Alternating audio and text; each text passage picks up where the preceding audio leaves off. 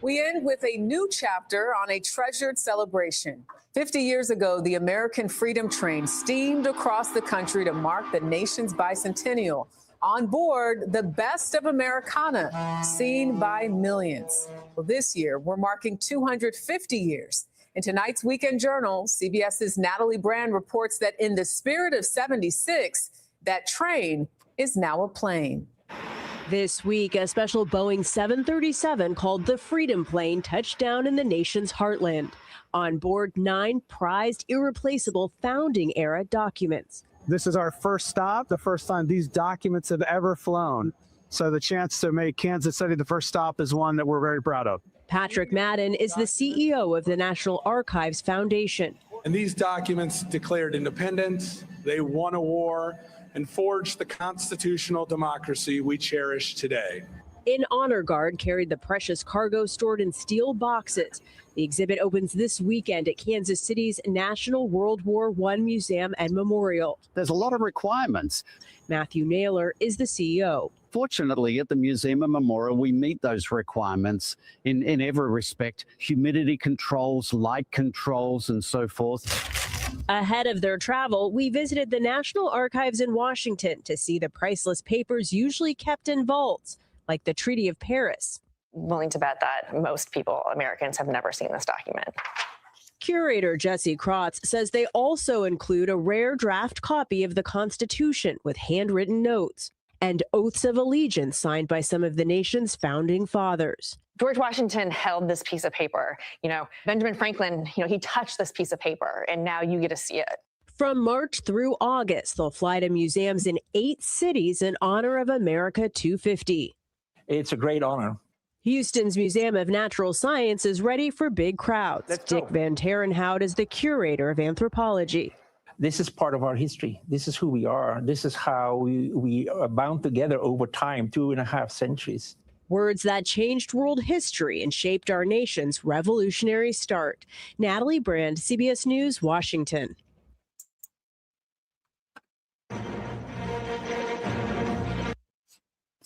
All right, in the honor of America 250. All right, everything spiritual. All right, Shalom. I want to give all the praise, honor, and glory to Yahweh Bahasham, Yahweh Shai Bahasham Rakak Wadash. Double honors to the apostles and elders of Great Millstone who taught me this truth. Shalom to the hopeful elect. Back at you with another live lesson through the Holy Spirit, the Rakak Wadash. Pray that this live lesson is edifying to the hopeful elect. All right, the great gathering for World War III, the Lord mustereth the host of the battle. All right, another news and prophecy. Okay, got a few things I want to get into just to show you where we at in prophecy, man.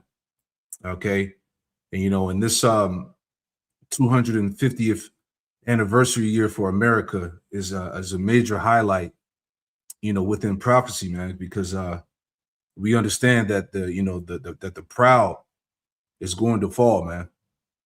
Okay. Again, this headline, as we bring out often, the average empire survives 250 years is America at death's door.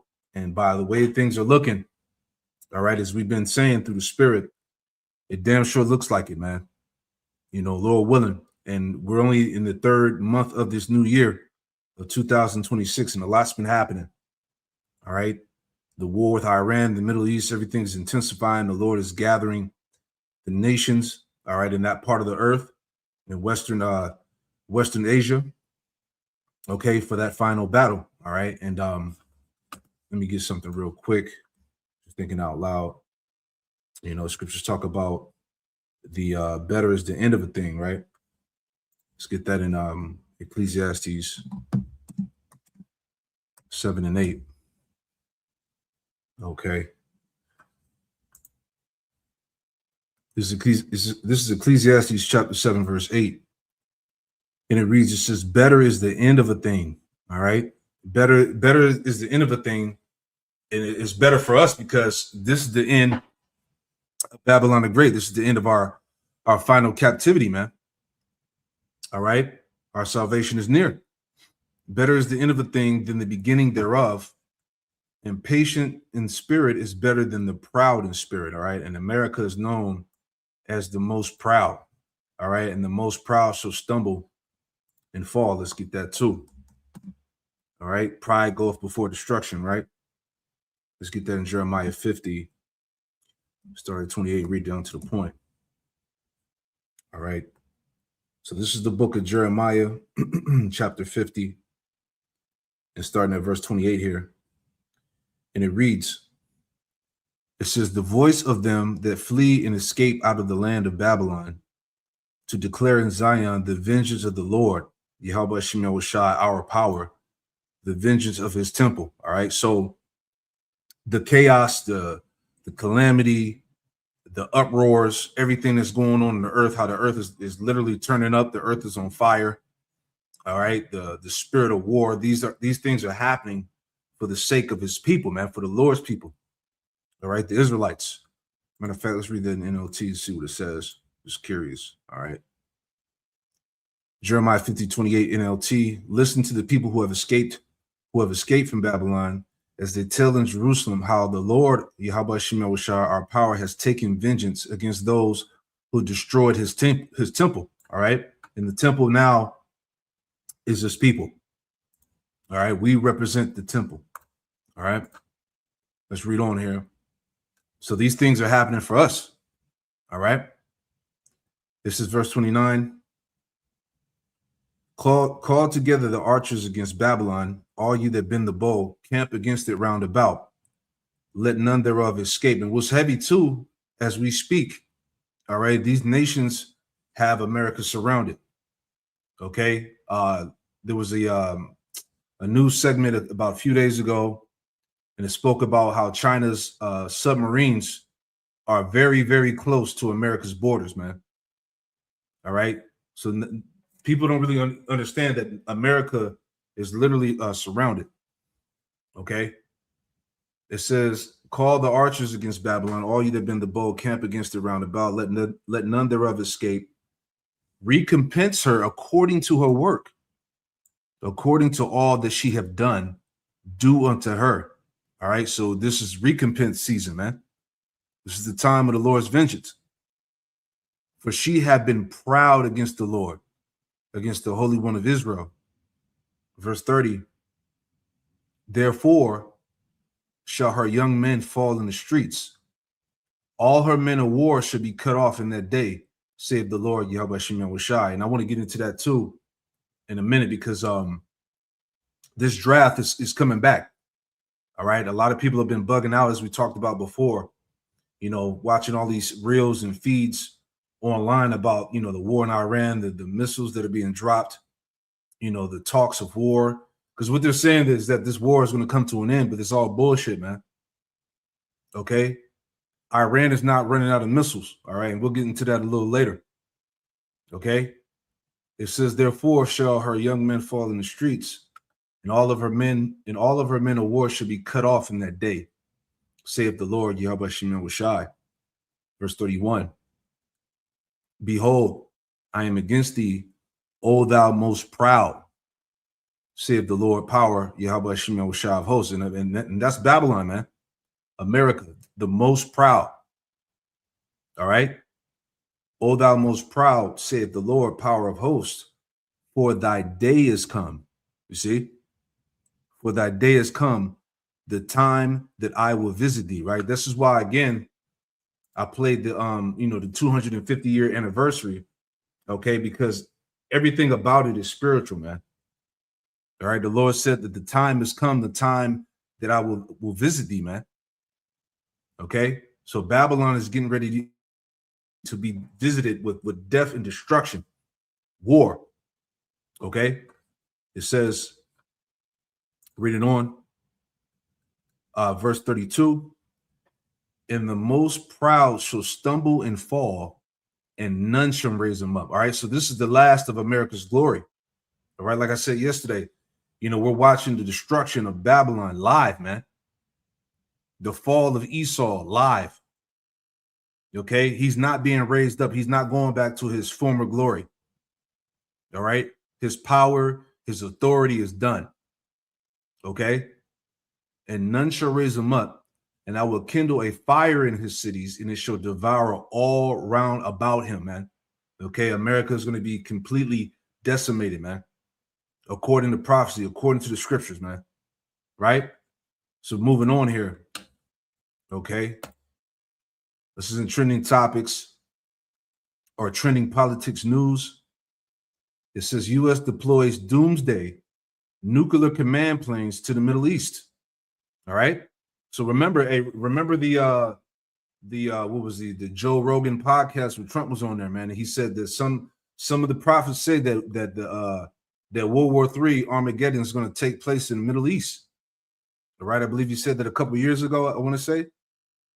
So why are they deploying doomsday planes into the so-called Middle East if it's not going to be war? Okay. Everybody's preparing for it, man. All right. U.S. deploys doomsday nuclear command planes to Middle East. Let's read a little bit of this, and then we'll move on here. Just want to make a few points. All right. This is the U.S. military fleets. The U.S. military fleets of so-called doomsday planes have been spotted in the air as tensions spike following the outbreak of war with Iran.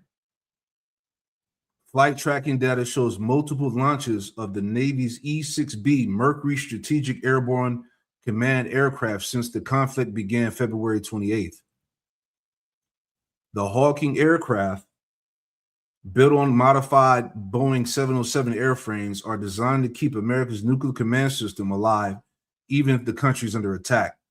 And I believe it can stay airborne for some days or weeks or so, right?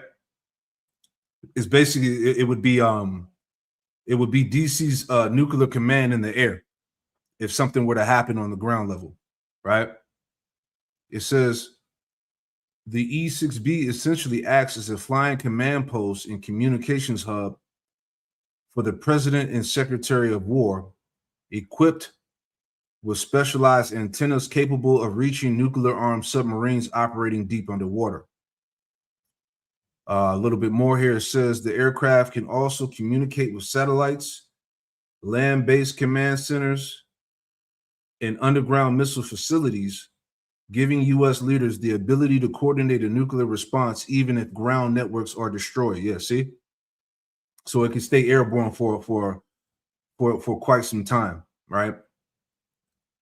Last point, 2 E-6B flights were tracked over the United States on March 2nd. One aircraft traveled from the Gulf Coast before landing at Naval Air Station Paxton River in Maryland. Another took off from Offutt Air Base in Nebraska and later returned there. All right. So everybody's being deployed, all of that, man. Very heavy times. All right. Now I want to just show this before we get into the main point. Right. I caught this on the gram, right? Just to show you how finished America's military is, right?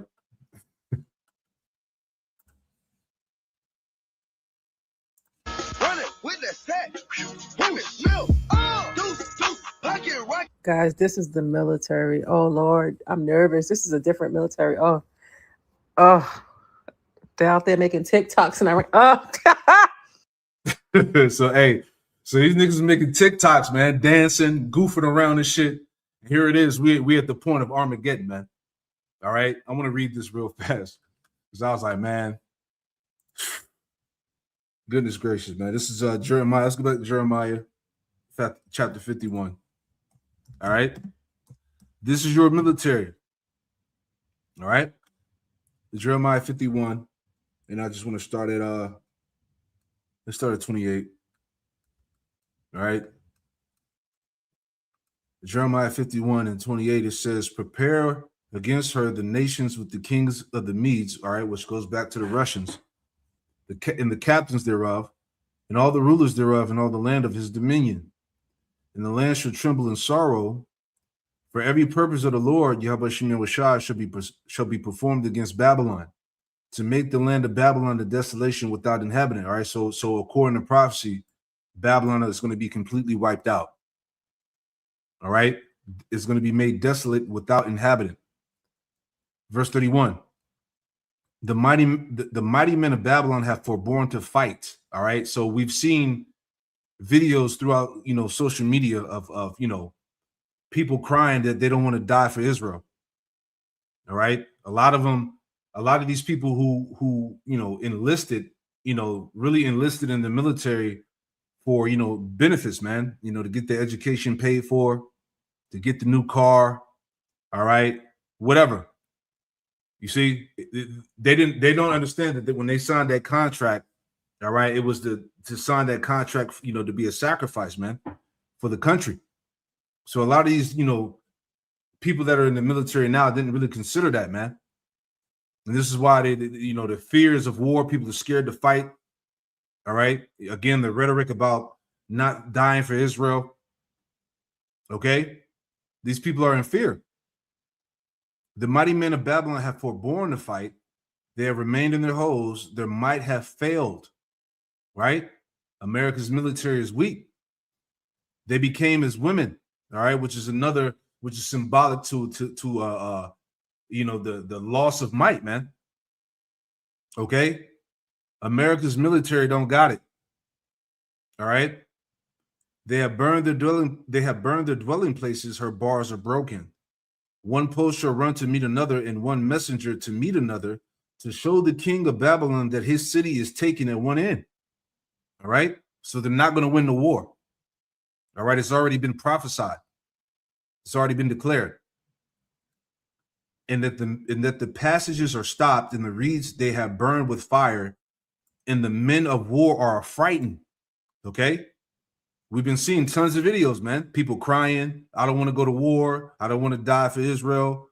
This is not what I signed up for. Okay? Verse 33.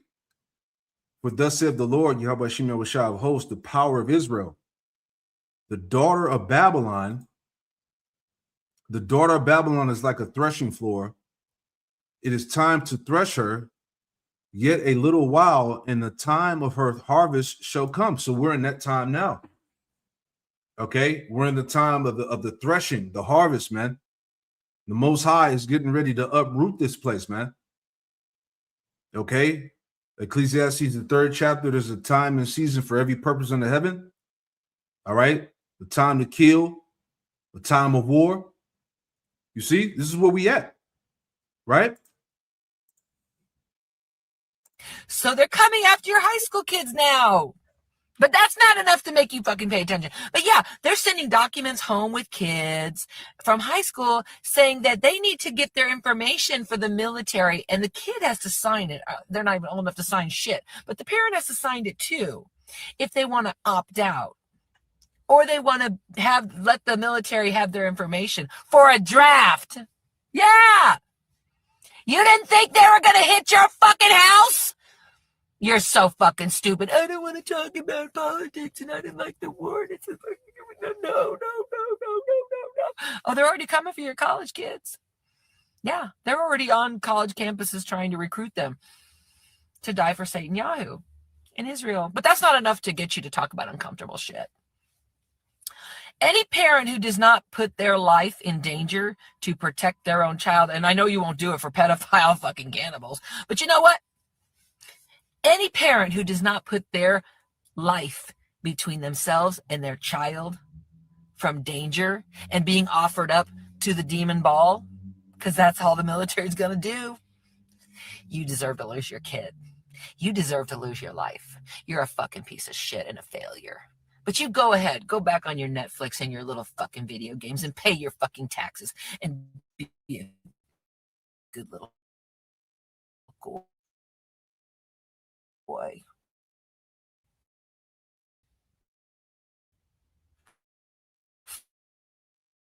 Fuck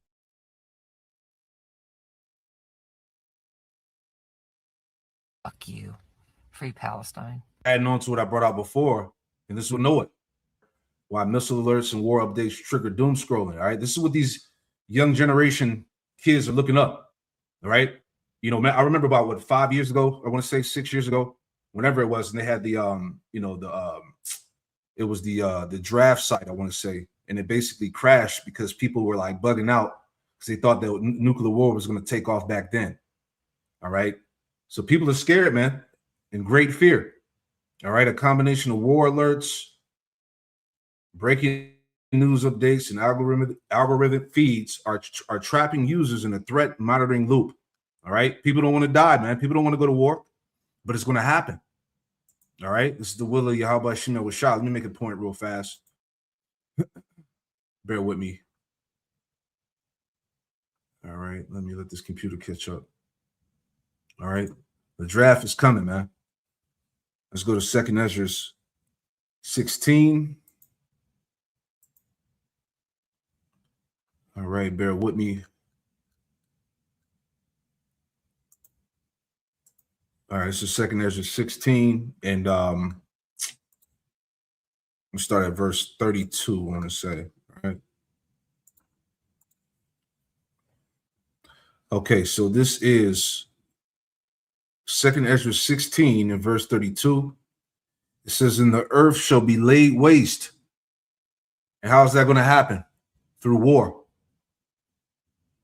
And the earth shall be laid waste, and the fields thereof shall wax old, and her ways and all her paths shall grow full of thorns, because no man shall travel there through. It's going to be a shortage of men. It's going to be a shortage in people, man. All right. People are going to be drafted to this war.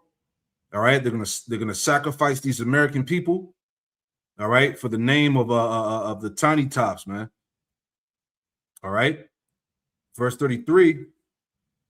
The virgins shall mourn, having no bridegrooms. All right. The young women. Right. The virgins shall mourn, having no bridegrooms. The women shall mourn, having no husbands. Their daughters shall mourn, having no helpers, man. Okay. It's going to be a shortage of men in that time. Why? Because there's going to be a lot of death. All right. Mass casualties. Okay. Verse 34. In the wars shall their bridegrooms be destroyed, and their husbands shall perish of famine. You see that? So that draft is definitely going to happen. Okay. Every day we're drawing closer and closer, man. You know, let me get one more. Was it Isaiah, the 3rd chapter, I want to say? All right, bear with me. All right. People are shook, man. Okay, it was Isaiah, the 3rd chapter. Hold on. Just pull that up real fast. All right, Isaiah. Isaiah 3 and 25. Thy men shall fall by the sword, and thy mighty in the war. All right, what war? World War III. Okay, nuclear Armageddon. Right? Here we go. So let's get into this real quick, man. Let's get into the main point. All right, because the Lord again is he's gathering. Right? What did it say? My audio went out. Hold on. It said my audio went out. Bear with me. Let me come back. Hold on. Give me 1 second. And let me know in the comment board if you can hear me. Let me go back. Hold on. Let me go back.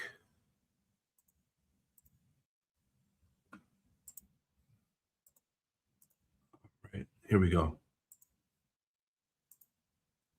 All right. We should be good money. All right. So, yeah, like I was saying, okay, the Lord, you know, he's gathering. He's gathering the troops, the great gathering for World War III. The Lord mustereth the host of the battle. All right, let's get into it. All right, so this is from First Post, came out 4 hours ago, right? Hold on, god damn. Hold on 1 second, this thing tripping. Hold on 1 second, Salakia. Okay, here we go. So again, this is for 4 hours ago from First Post. Gulf War expands. U.S. allies send military assets to West Asia.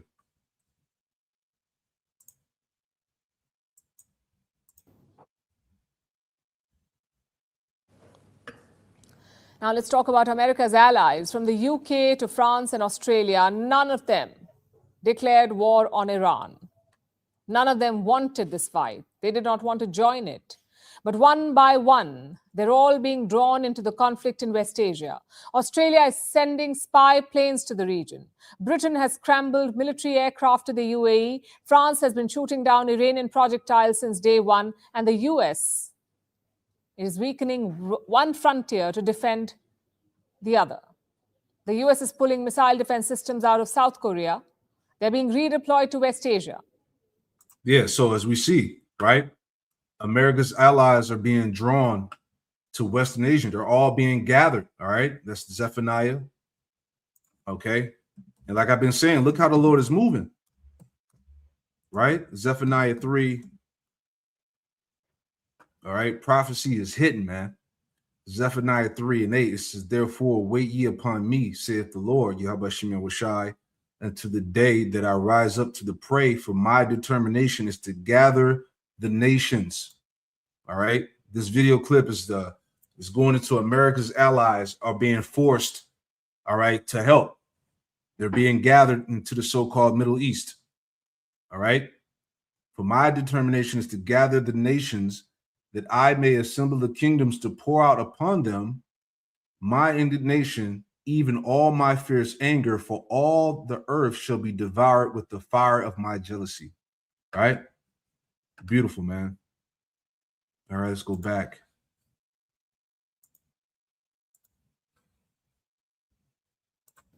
So whether they like it or not, America's allies are being pulled into the West Asia war. Here's a report. The Gulf is on fire. And now, Western armies are moving in. Not because they chose this war, but because this war chose them. Western nations, one by one, are committing military assets to the region.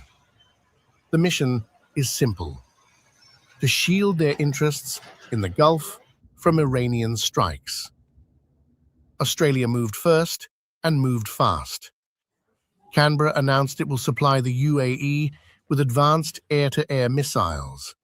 It is also sending a spy plane, the E-7, a wedge-tail, along with 85 personnel. The plane will be operational by the end of this week. It has been deployed for an initial 4-week period. Its role is long-range reconnaissance. That means watching the skies, tracking threats, and securing Gulf airspace. Well, that our involvement is purely defensive, and it's in defence of Australians who are in the region, as well as in defence of our friends in the United Arab Emirates, who are good friends of Australia and Australians. The US is also pulling resources deployed with other partners. This is to bolster its fight in West Asia. Parts of a THAAD system are being moved from South Korea to West Asia. THAAD stands for Terminal High Altitude Area Defense. It is one of the most advanced missile defense systems in the world. It is designed to intercept advanced, fast-moving missiles. Each missile in the system costs $12 million. The US believes it needs more THAAD systems in West Asia, so it is bringing reinforcements from South Korea. This risks weakening Seoul's own defenses, but they cannot do anything about it. If you ask whether this seriously undermines our deterrence strategy towards North Korea, I can say that it does not. However, depending on how the situation develops, the U.S. military may remove some air defense assets from South Korea based on its own operational needs. While we have expressed opposition to such a move, the reality is that we cannot fully enforce our position.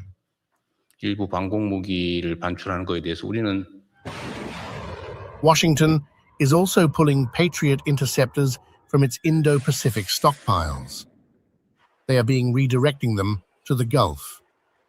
So, assets that were positioned to deter one rival are now being redeployed to contain another.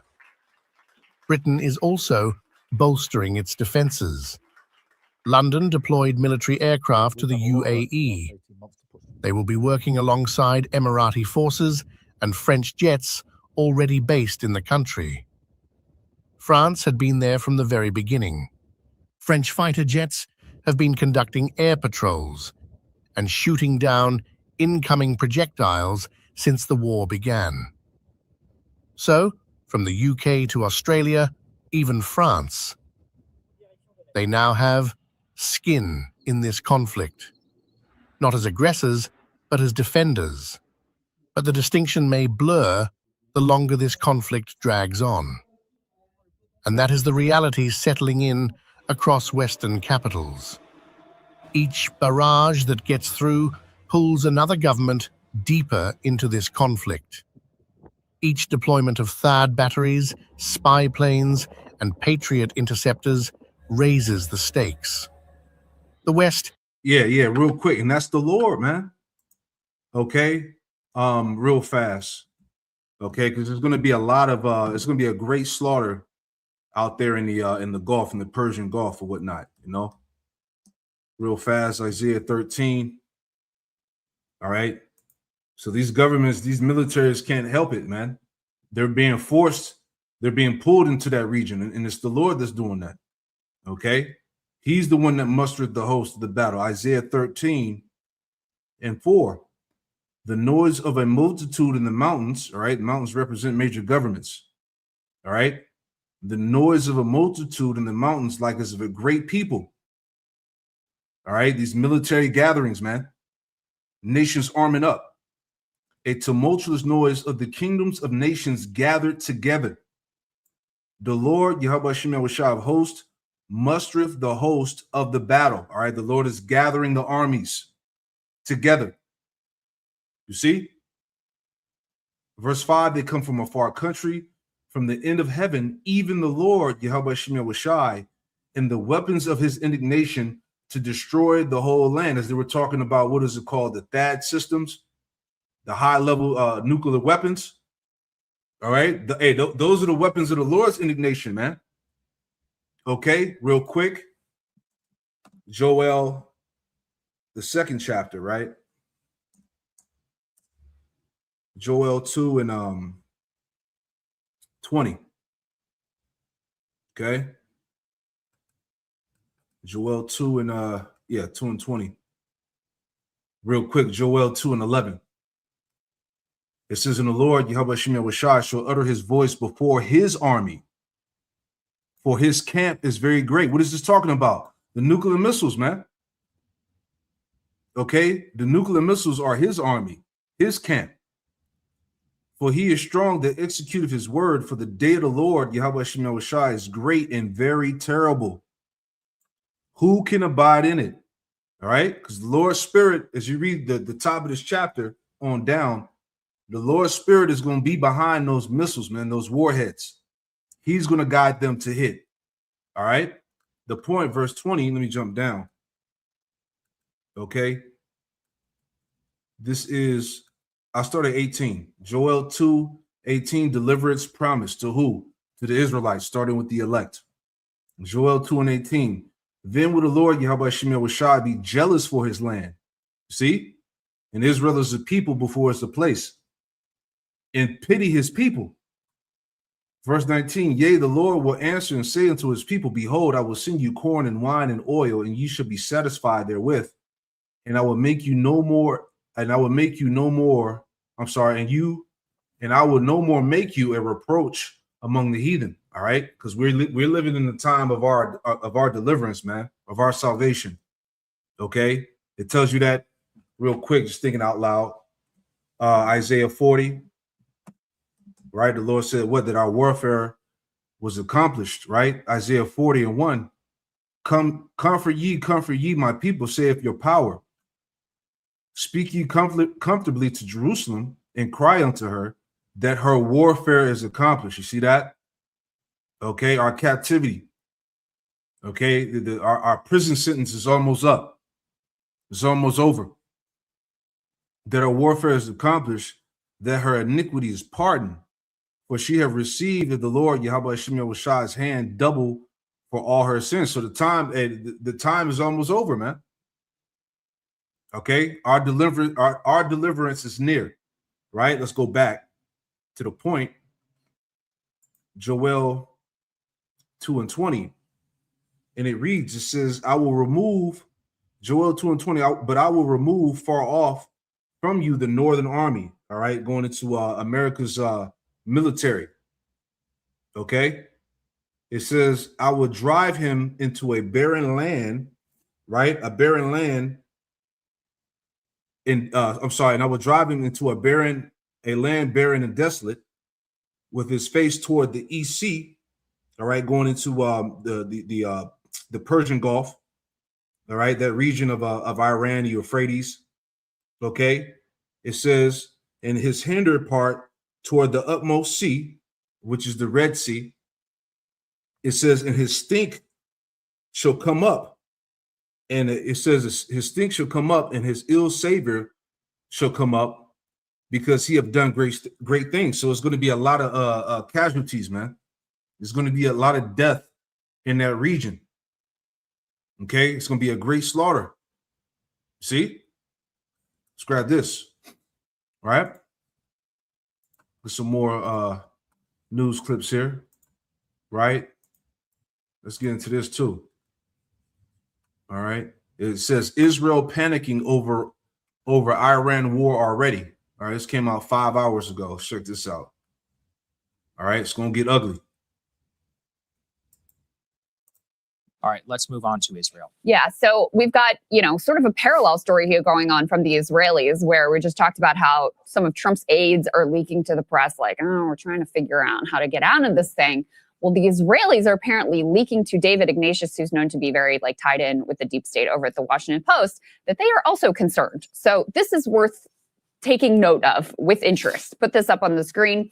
So the headline is, Israeli officials are growing concerned. A bombing campaign nearing its military goals in Iran leaves the hardest questions unanswered.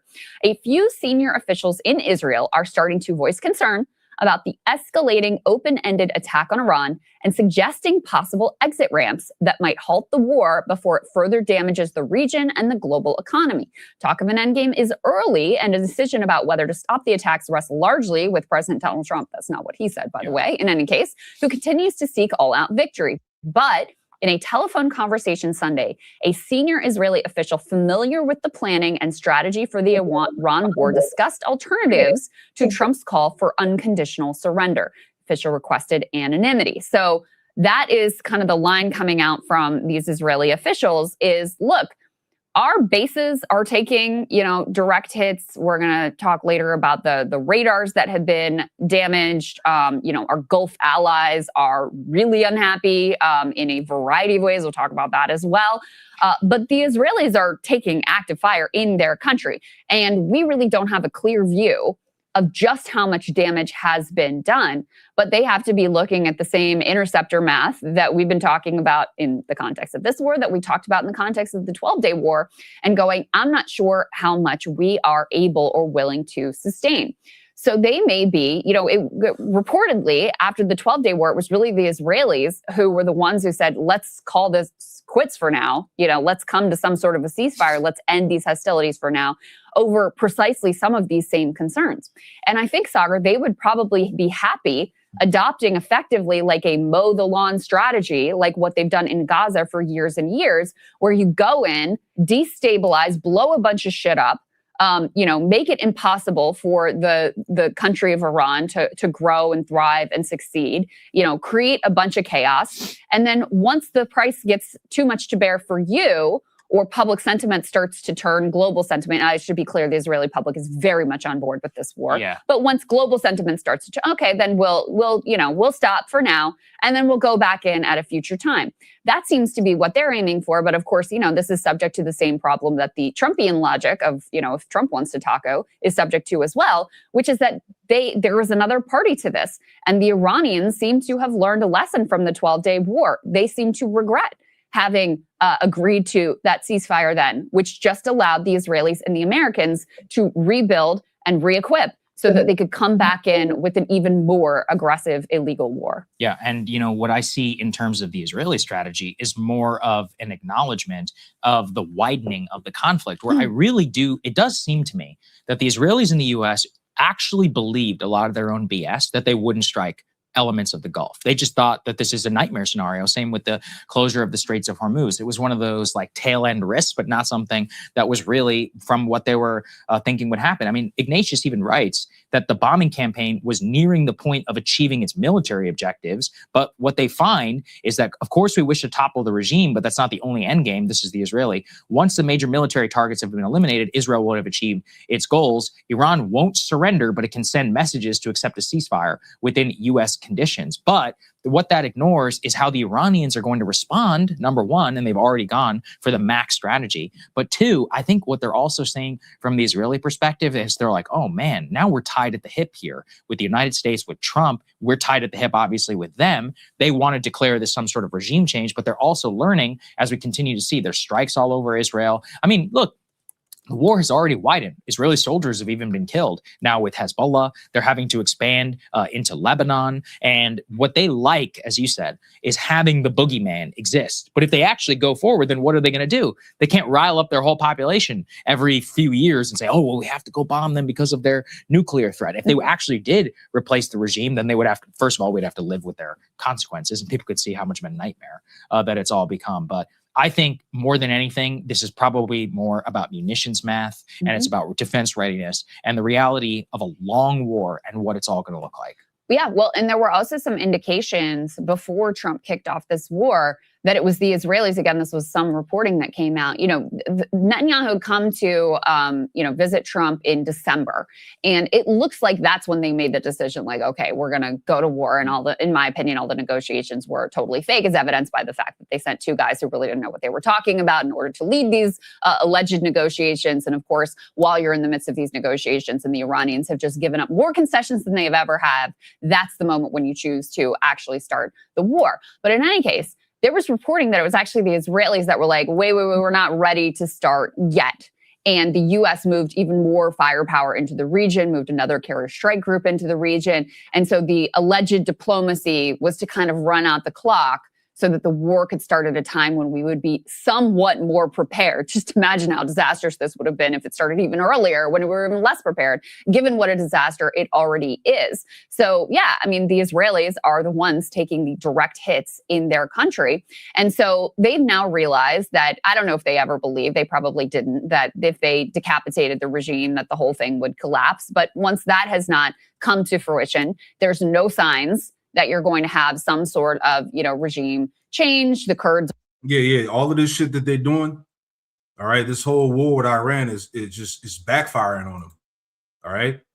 Nothing is going according to plan, because the Most High, Yahweh Shem Shah, is the one that's operating this thing, man. Okay.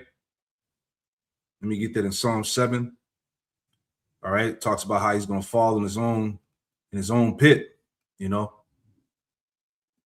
This is Psalm 7 and 11. It says, power judgeth the righteous, and power is angry with the wicked every day. All right, Yahweh Shem Shah is angry with the wicked every day. If he turn not, he will whet his sword. He have bent his bow and have made it ready. All right, going into the nuclear weapons. He have also prepared for him the instruments of death. What are the instruments of death? The warheads, the missiles. He have also prepared for him the instruments of death. He have ordained his arrows against the persecutors. All right, the Edomites. Okay. Behold, he that travaileth with iniquity, and have conceived mischief, and have brought forth falsehood. He have made a pit and digged it, and has fallen into the ditch which he made. You see that? So everything that they plan to do is backfiring on them. Okay, it's not going according to their plan. His mischief shall return upon his own head, and his violent dealing shall come down upon his own pate. The pate is the top of your skull. All right. So all of this shit that they've done is biting them in the ass. Let me read that in the NLT. Right. I start back up again at verse 11. NLT, the Most High is an honest judge. He is angry with the wicked every day.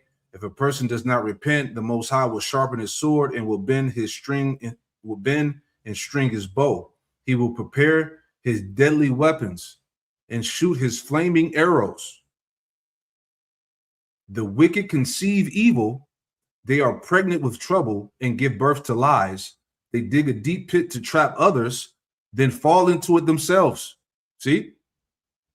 And see, they didn't think that Iran had that capability. Okay, so we're going to play that next video. And they're not running out of ammunition. They're constantly being provided with weaponry from China and Russia. High level artillery too. That has America outmatched. Okay. It says the trouble they make for others backfires on them. You see? Right? See, they were drawn into this thing, and look how it's playing out. Okay? Bases are getting hit, soldiers are dying, and the body counts are high too. They're trying to act like it's a small number. They're saying like at least over 500 to 1,000 now. Military soldiers dying, things like that. You know, bases being blown up. Right? The trouble they make for others backfires on them. The violence they plan falls on their own heads. You see? Jeremiah 49 and 20. All right, let me get that real quick. All right, Jeremiah 49 and 20. And it reads, this is therefore hear the counsel of the Lord, Yahweh Shem Yahushai, that he have taken against Edom and his purposes that he have proposed against the inhabitants of Teman. All right, going back to the tiny tops. Okay. Surely the least of the flock should draw them out. This is what happened. This was the catalyst that got everything going, that got the party started. All right. Surely the least of the flock should draw them out. Surely he shall make their habitations desolate with them. You see that? So now, as we're talking about the how the plans are backfiring, now we're approaching the time of both Babylon and tiny top land getting smoked. Okay, the Most High is going to take out both of those both lands. Okay, according to prophecy. Okay, both of those lands are going to see a war. They're going to see war. The earth is moved at the noise of their fall. At the cry, the noise thereof was heard in the Red Sea. It says, behold, he shall come up and fly as the eagle and spread his wings of a Basra. And at that day shall the heart of the mighty men of Edom be as the heart of a woman in her pangs. Right. And you see that these Edomites, there's a video that I saw early on. These Edomites over there in Israel, they fled the country, man. You got videos of them crying and shit in them bunkers. They scared as those missiles are hitting. All right. They're in great fear, as we saw in the video. Okay. They're concerned about the war. All right. These people are afraid to die. Okay. All of this is happening right now, man. It's not going well for them. You see? Let's play a little bit more. Right? Just thinking out loud, Are like, we're not getting involved here. You're, not looking at civil war conditions at this point. Then the next best option for Israel is to say, okay, well, we blew up a bunch of shit. Iran has paid a price. We'll back off for now, and then we'll come back later. We'll do the same thing. We got Trump in office for a few more years. We can, later on, we'll talk him into this again. We'll once again threaten to strike Iran. If he doesn't, we'll once again, talk about how they're rebuilding their nuclear program. By the way, that might be true now, given the logic that we have created. It gives them every incentive to go in that direction. So I think that's some of the calculus there. At the same time, we wanted to take a look at our friend Lindsey Graham, who we covered yesterday. Reporting about, we already knew he was very influential in terms of pushing for this war. This is a, near lifelong dream at this point. There is no one happier, I think, on the planet right now than this bloodthirsty ghoul. And so he was, making the rounds over on Fox News yesterday, just talking about how much he is committed to Israel, how much he loves Israel, etc. Let's go ahead and take a listen to that. All the anti-Semites, to all the isolationists, I don't believe. Forget it. I'm not with you. I'm with Israel. I will be with Israel to our dying day. They're the best ally we could hope for. So we have a commander-in-chief in President Trump, who I think is Ronald Reagan plus. God bless Israel. Right. We should move all our stuff to Israel. Thank you. God bless Israel. Should move all our stuff to Israel. I'll be with Israel to my dying day. I mean, this is a United States senator. Him and Ted Cruz both out there just openly admitting that this is their number one priority. Calling Trump Ronald Reagan plus is also really something. And it's important to play these comments and understand this man's mindset because he has been very influential. He had a plan to push Trump in this direction. Again, Trump's a big boy. This is his fault ultimately. And the reporting is that he ended up being pretty enthusiastic about going in this direction. But Lindsey Graham has been there making the case routinely, religiously for years now at this point. And so in a lot of ways, you know, he is driving this train, or at least he is incredibly important in terms of why we ended up in this whole disaster. It's funny. MAGA's like, President Trump, please keep Lindsey Graham off the air. He's hurting your case. I'm like, no. He's the only fucker who's telling us all the truth. Okay. It's that he's in here with a blood relationship with, they've got some like Angelina Jolie, Billy Bob Thornton wearing each other's blood around their necks. Like some satanic ritual that's going on between the two of them. I don't, we'll only speculate, but that's what's really going on with old Lindsey and Israel. But that's the truth. Yesterday, Laura Ingraham even had Ted Cruz on her show. And she's like, you don't think it's a little weird that Lindsey Graham is going over to Israel and, coordinating with their intelligence agencies on how to pressure the president? Well, he loves America. That's what Ted Cruz goes. He loves America. No, he doesn't. He even said at one point in the interview, he's like, I'm going back to South Carolina to convince them to send their sons and daughters to the Mideast. Oh, I am just my like, God. Good luck. Yeah. And look, people of South Carolina, at this point, you guys have had plenty of chances. I don't know what the hell you guys are doing down there. But, the real point that remains is that we are in some suicidal blood pact with this country. A significant part of our electorate is either compromised or ideological. For him, I do think it's ideological, 100%, because he's been saying a little from column A, a little from column B. Yeah, I don't know. I mean, who knows? Yeah, and that's the majority of what Americans are beginning to notice. All right, that America is completely compromised, man. All right, it was never about America, man. It was always about the interests of the tiny tops, and that's what's causing this place to fall apart. All right, this is why the MAGA cult is dying, man. All right, they all realize that they've been duped. All right, Trump set them up for the okie doke, man. Okay, it was always about the interests of the small hats. All right, and that's why this place is about to fall. All right, so anyway, let's play this last one here. All right, you can check the rest of that out. All right, let's jump to this. All right, this is Colonel Doug McGregor. It says Iran not running out of missiles. Right, let's play a little bit of that. Don't worry about the price of oil. Don't worry about the problems that you see, because it's all going to be over soon. There is no evidence for any of that.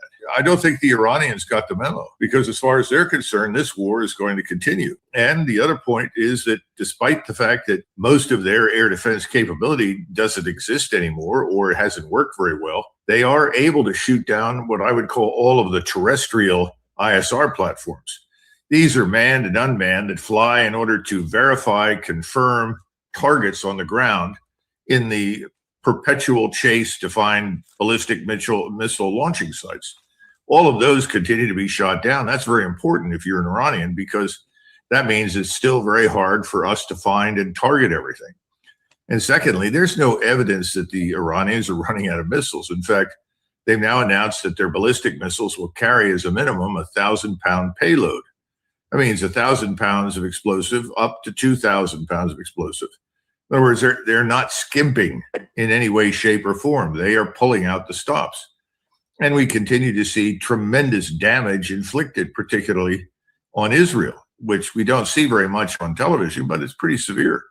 And the Israelis are taking it in the shorts, as they say. And in fact, toward that end, Doug, I don't have General Kane saying it, but I do apparently have President Trump last night. Obviously, he had been briefed with McCain. Here's Right. what he said with some numbers. We continue to target Iran's drone and missile capabilities. Their drones are way down. Their drone manufacturing's been hit starting today. We know all of the places they manufacture the drones, and they're being hit one after another. Their missile capability is down to about 10%, maybe less. We're also hitting where they make missiles and where they deliver missiles. But it's all resulting in a 90% decline in various things, but in particular, Iranian missile launchers, and 83% drop in drone launchers. As you know, the drone launchers are pretty well shot, but we're at over 90% decline in the Iranian missile launchers, which is very hard to reproduce and very hard to get. Now, that reminded me of something, and you brought it up a second ago, and I wonder if you could comment. From the time you and I were fighting on the ground in Desert Storm, we were preceded by around 38 days of nonstop perpetual bombing from the air. And as you said, there was a daily read off of all the stuff. And yet when you and I got up to the point of contact, we discovered that not as much had been destroyed anywhere near as we thought. Do you think there's anything similar going on here with whatever President Trump is being told by his advisors? What is that translating to, in your opinion, on the ground in Iran? I don't think that we're having the effect that he's describing. He's still describing, for all intents and purposes, the numbers of weapons, the numbers of aircraft that are being flown. That these kinds of statistics really aren't terribly meaningful. Yeah, he's lying. They're lying to the people, man. All right? Niggas are losing. Okay? Real quick. As he said, they're not running out of missiles. All right? They got China and Russia, North Korea backing them up. All right? And providing them with artillery far more capable than what they have, man. Okay? This is what they're not telling you. All right? Joel, the 3rd chapter. Okay? Like he said, even when they were at war back then, he was like, you know, they were dropping, you know, bombs from the air, but the damage wasn't as what they were claiming it to be. All right? That shit's crazy. Joel, the 3rd chapter and verse 9. All right? And it reads, proclaim ye this among the Gentiles, all right, the heathen nations. Prepare war, wake up the mighty men. Let all the men of war draw near. Let them come up. This is what's going on now. All right, the spirit of war. Nations being raised up. Verse 10, beat your plowshares into swords and your pruning hooks into spears. Let the weak say, I am strong. See? They ain't running out of nothing. Remember, it's costing America, each day this war goes on, it's costing America $1 billion a day. Right? And Iran is telling them that they got all day. Right? They with the shits, man. They got the weaponry, they got the power, man. The tables are turning, man. Okay? They're getting their ass whooped, man. You know?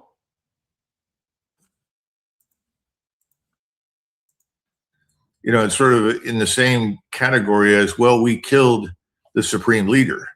And there was an expectation everywhere that killing the supreme leader would lead to some sort of statewide collapse that we could then exploit to compel them to negotiate. Well, that didn't happen. None of the efforts to assassinate the top people have made much difference. On the contrary, we've discovered what we knew before we started. Yeah, and that's crazy too, not to keep cutting it. But yeah, you know, over the past years, they kept taking out all of these different leaders and these top nuclear scientists. And it was like they were unfazed. And now that this war is taking off, now they catching heat. All right. Iran is giving them the business. You know? If you had any sense or any experience, and that is that replacements show up, successors come into power, and they exercise authority. I just think that at this point, the administration wants very much to convince everybody that everything is just fine. Told you. See, they're lying to you. All right? The mainstream, they're not giving you the real deal, man. Hey, soldiers are dying out there, man. Bombs are being fucking dropped. All right, explosions. You know, you can catch a lot of this stuff on alternative media, TikTok and Instagram or whatnot, that's giving you the real spill. You know, shit is really going down. And this won't last much longer. I think the point we need to make is that no, everything is not just fine. The UAE just shut down the largest oil refinery in the world with no prospect of reopening anytime soon. You have a similar set of circumstances in Qatar. In other words, whatever you say about what you're doing to the Iranians, you have to look at the facts on the ground. Are the Iranians continuing to launch theater ballistic missiles? Yes. Are they continuing to hit targets in Israel and around the Gulf region? Yes. We haven't even talked about eastern Iran, where you have more underground missile cities, none of which have been touched, because frankly, eastern Iran is out of range for the most part of our weapon systems. So this is not ending anytime soon. But I certainly understand why President Trump said that, because he wants to reassure the markets. But eventually the markets are going to figure this out. Well, that's exactly where I was going to go next, because and what's going to happen? The shit's going to crash. All right. This is the past couple of days I've been talking about the Strait of Hormuz. All right. What's going on? Ships at a standstill, 20% of the economy, you know, when it comes to commercial goods, the oil and all of that, how it's going to be price hikes, hyperinflation. You see that gas is going up. Okay. It's going to take a toll on the food supply, all that, man. This is what they're trying to keep under wraps. Okay. That graphic I'm showing here, this is showing that the Gulf nations have slashed output by 6.7 million barrels a day. That's 33% of regional production, for the reason you just mentioned, that the storage is full. And that they can't bring any more out of the ground. But just for everybody's understanding, the way this works is that the system is designed to not have war, so that when they pump stuff out, they put it in a holding tanks for a while. The ships come in empty, they fill them up, they roll out, and it's just this nonstop, whatever, 15, 20 million barrels per day. Well, if all of a sudden you shut down the strait, then there's nothing to offload, and those storage tanks are not made to go for a long period of time. So now the only thing left is to shut down production, and that's going to have longer effects even after the strait gets opened up. But right now, Doug, I haven't seen any evidence that it's going to be. No, the first thing we need to keep in mind is that roughly 25% of the world's oil is now offline. That's a quarter of the world's oil supply. Now, that is offline not for a few days or for a few weeks. In some cases, it's indefinite. So that's the first thing. 35% of the world's fertilizer is now no longer being shipped. And that, too, is a vital aspect of our lives that we don't pay a great deal of attention to. Exactly. Famines, food shortages. All right. Gas is about to be fucking $10 a gallon, man. Niggas gonna be riding bikes. All right. This shit is we warning you. This shit is about, matter of fact, let me get that, man. All right. You Israelites out there, you better get serious. All right. There's no turning back, is the point. All right. This is Ciroc. Let me get that real fast. Bear with me. Pull that up. Hold on 1 second. Ciroc 5 and 7. You already know. All right. This is Ciroc 5 and 7, and it reads, Ecclesiastes 5 and 7, make no tarrying to turn to the Lord, Yahweh Shemir Washai, and put not off from day to day. For suddenly shall the wrath of the Lord come forth. Now look what happened. Since this war took off, now look what's going on, man. Right? Gas is being jacked up. All right? People are panicking because of the food supply being shortened. Certain commercial goods that people depend on, all right, they're not going to have access to. Okay? For suddenly shall the wrath of the Lord come forth, and in thy security thou should be destroyed. Yeah, so the security that these American people have is about to be done. Right? We're getting ready to see mass panic ensue. and in thy security thou should be destroyed and perish in the day of vengeance, right? You jakes out there, you better get with the program. You better repent, turn back. All right, get right before it's too late. All right.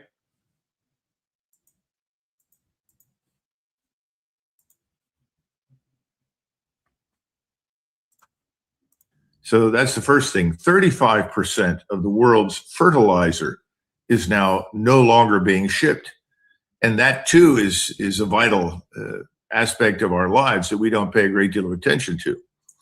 You know, natural gas fuels over 40% of US power.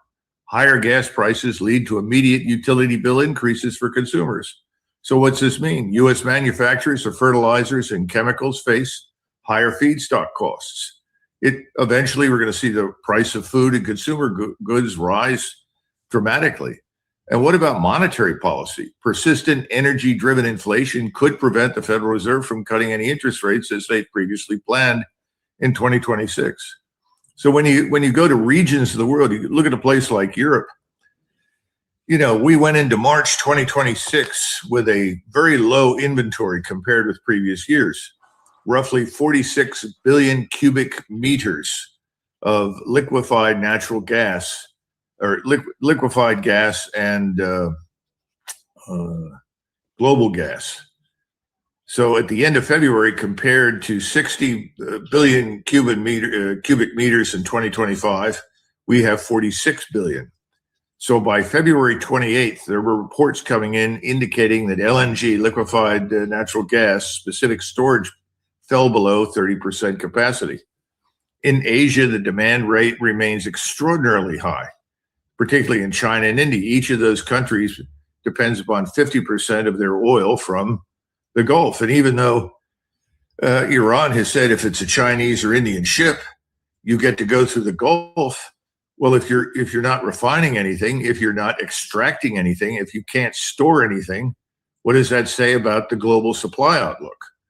So we expected that there would be in 2026 a projected rise of, say, 7% in global LNG supplies, the fastest growth since 2019, driven by new projects in the United States, Canada, and Qatar. Now that's gone, that's out, and everyone is feeling the squeeze. You just go down the list, 100-day buffer as of 2026. China holds 104 to 115 days of net import cover in its strategic petroleum reserve. Targeting the shadow supply, well, by capturing Maduro in Venezuela and striking Iran, the U.S. has effectively shut down the two primary sources of discounted oil that China used. The result, China is now forced to buy more expensive, transparently traded oil from the global market, rapidly depleting its cheap reserves. You know, I guess what I'm trying to get across is we are not feeling the profound impact as quickly as the rest of the world, but it's going to catch up with us. It's going to catch up. It's going to catch up. All right. Let me grab something real fast. Are you listening? Okay. This is 2 Ezra 6:22. It says, and suddenly shall the sown places appear unsown. The full storehouses shall suddenly be found empty.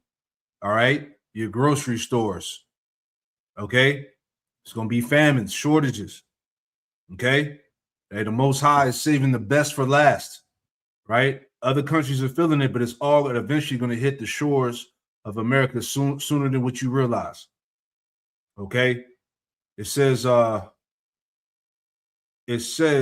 and the trumpet shall give a sound. All right. And what sound is the trumpet giving? The sound of war. All right. And the trumpet could also be tied back to the prophets, man, that are giving out the warnings. All right. And the trumpet shall give a sound, and when every man heareth, they shall suddenly be afraid. Right. As we've been talking about, the fear of war, the fear of death. All right. Armageddon, nuclear destruction. At that time shall friends fight one another. At that time shall friends fight one against another like enemies. Right. And why is that going to happen, man? Because the lack of resources, man. 2 Ezra is what, 15?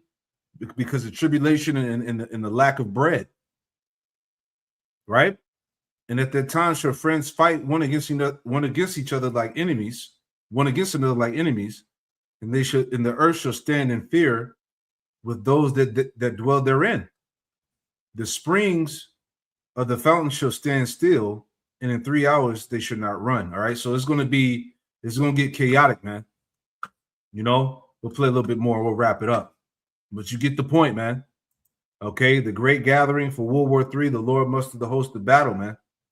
Right? Let's get a little bit more and we'll wrap it up. Well, and you mentioned a second ago, Doug, that President Trump has got to be keenly, sharply aware of this, because that's something he actually has always paid attention to. But he's also trying to calm markets. Here he was last night, trying to do exactly that by trying to say this whole oil thing, not a big deal for us. It affects other countries much more than it does the United States. It doesn't really affect us. We have so much oil. We have tremendous oil and gas, much more than we need. We have Venezuela now as our new partner, great partner. And it's a massive source of oil, gas, everything. We're in a very good position, but very unfair to other parts of the world, like China as an example. I mean, we're doing this for the other parts of the world, including countries like China. And we're protecting the world from what these lunatics are trying to do. Whoa. What's that? I just built a budgeting app in Base 44. Guys, Nina just built an app.